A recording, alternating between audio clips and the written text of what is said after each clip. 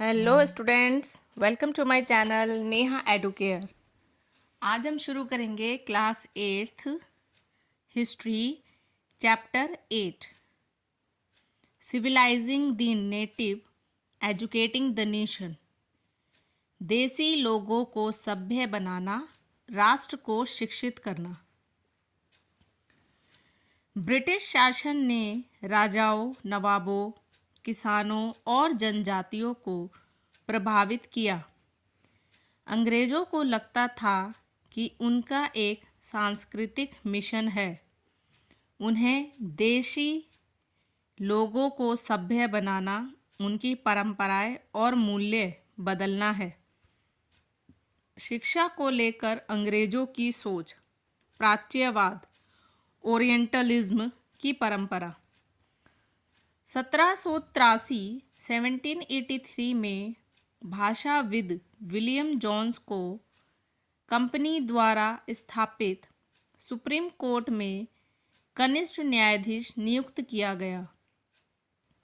William Jones ने कानून, दर्शन, धर्म, राजनीति, नैतिकता, अंकगणित, चिकित्सा और अन्य विज्ञानों से संबंधित प्राचीन भारतीय ग्रंथों का अध्ययन शुरू किया।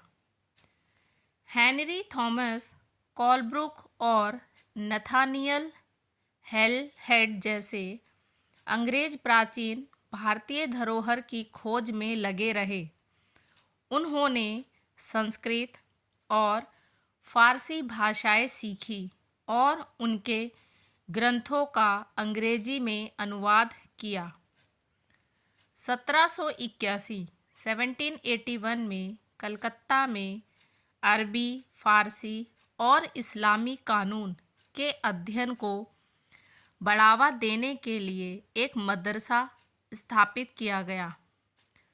1791 में बनारस में हिंदू कॉलेज की स्थापना की गई ताकि प्राचीन संस्कृत ग्रंथों के अध्ययन को प्रोत्साहन दिया जा सके, जो देश के प्रशासन में उपयोगी हो। पूर्व की गंभीर त्रुटियां, grave errors of the East. 19वीं शती की शुरुआत में कई ब्रिटिश अधिकारियों ने प्राच्यवाद आधारित शिक्षा प्रणाली की आलोचना करनी शुरू की। जेम्स मिल उन लोगों में से एक थे जिन्होंने प्राच्यवादियों की आलोचना की। उनके अनुसार शिक्षा का उद्देश्य उपयोगी और व्यवहारिक ज्ञान देना होना चाहिए। इसलिए भारतीयों को पश्चिम की वैज्ञानिक और तकनीकी प्रगति से परिचित कराना चाहिए, ना कि पूर्व के काव्य और पवित्र साहित्य से। थॉमस बेबिंगटन मैकाले, जो प्राच्यवाद के एक अन्य आलोचक थे, भारत को एक असभ्य देश मानते थे जिसे सभ्य बनाने की आवश्यकता है। मैकाले ने अंग्रेजी भाषा की शिक्षा पर जोर दिया। उनके मिनट के बाद 1835 का अंग्रेजी शिक्षा अधिनियम लागू किया गया। यह निर्णय लिया गया कि उच्च शिक्षा का माध्यम अंग्रेजी होगा और प्राच्य संस्थानों के प्रचार को बंद कर दिया जाएगा। वाणिज्य के लिए शिक्षा, एजुकेशन फॉर कॉमर्स। 1854 में वुड्स डिस्पैच नामक एक शैक्षिक आदेश भारत भेजा गया, जिसमें भारत में अपनाई जाने वाली शिक्षा नीति की रूपरेखा दी गई। इसमें यूरोपीय शिक्षा प्रणाली के व्यवहारिक लाभों पर जोर दिया गया। वुड्स डिस्पैच के अनुसार यूरोपीय शिक्षा भारतीयों के नैतिक चरित्र में सुधार करेगी, उन्हें सत्यनिष्ठ और ईमानदार बनाएगी और इस प्रकार कंपनी को ऐसे सिविल सेवक उपलब्ध कराएगी जिन पर भरोसा किया जा सके। स्थानीय विद्यालयों के साथ क्या हुआ?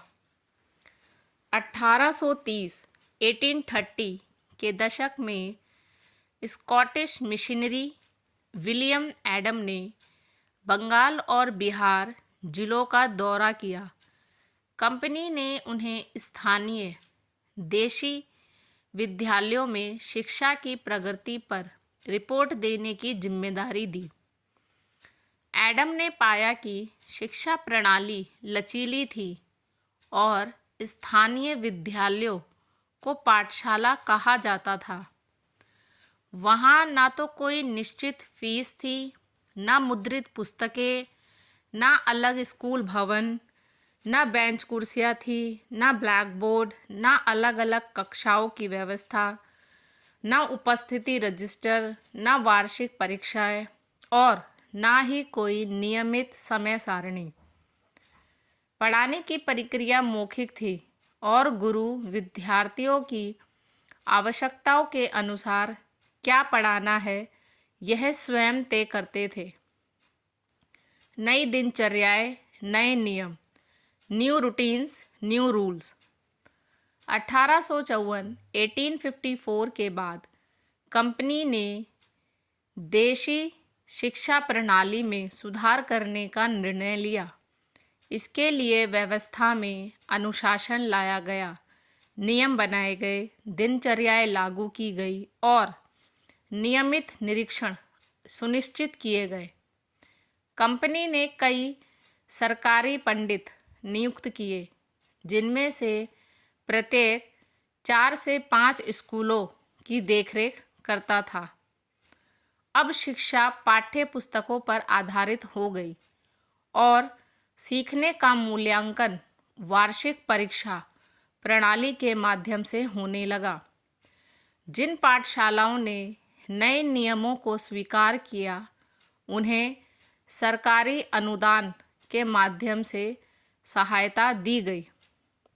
राष्ट्रीय शिक्षा का agenda, the agenda for a national education.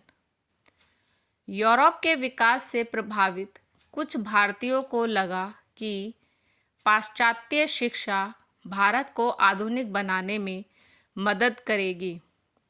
Mahatma Gandhi और रविंद्रनाथ टैगोर ने पाश्चात्य शिक्षा के विरुद्ध प्रतिक्रिया व्यक्त की। अंग्रेजी शिक्षा ने हमें गुलाम बनाया। इंग्लिश एजुकेशन हैज़ एनस्लेव्ड अस। अंग्रेजी शिक्षा ने हमें गुलाम बना दिया है।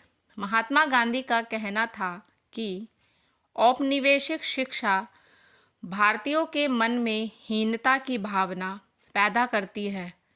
यह पापपूर्ण थी और इसने भारतीयों को गुलाम बनाया। इसने उन पर बुरा प्रभाव डाला। महात्मा गांधी ऐसी शिक्षा चाहते थे जो भारतीयों को उनकी गरिमा और आत्मसम्मान वापस दिला सके। महात्मा गांधी के अनुसार भारतीय भाषाएं शिक्षा का माध्यम होनी चाहिए और व्यक्ति के मन व आत्मा के विकास का साधन बननी चाहिए। टैगोर का शांति का आश्रम, Tagore's abode of peace. Rabindranath Tagore ने 1901 में शांति निकेतन की स्थापना की। उनके अनुसार रचनात्मक शिक्षा केवल प्राकृतिक वातावरण में ही प्रोत्साहित की जा सकती है। इसलिए उन्होंने कलकत्ता से लगभग 100 किलोमीटर दूर ग्रामीण क्षेत्र में अपना विद्यालय स्थापित किया। उन्होंने शांति निकेतन में विज्ञान और प्रौद्योगिकी के साथ साथ कला, संगीत और नृत्य की शिक्षा पर भी जोर दिया। Thank you. अगर आपको वीडियो पसंद आता है तो मेरे चैनल नेहा एडुकेयर को लाइक, शेयर एंड सब्सक्राइब करें और नेक्स्ट वीडियो के लिए मुझे कमेंट में ज़रूर बताएं।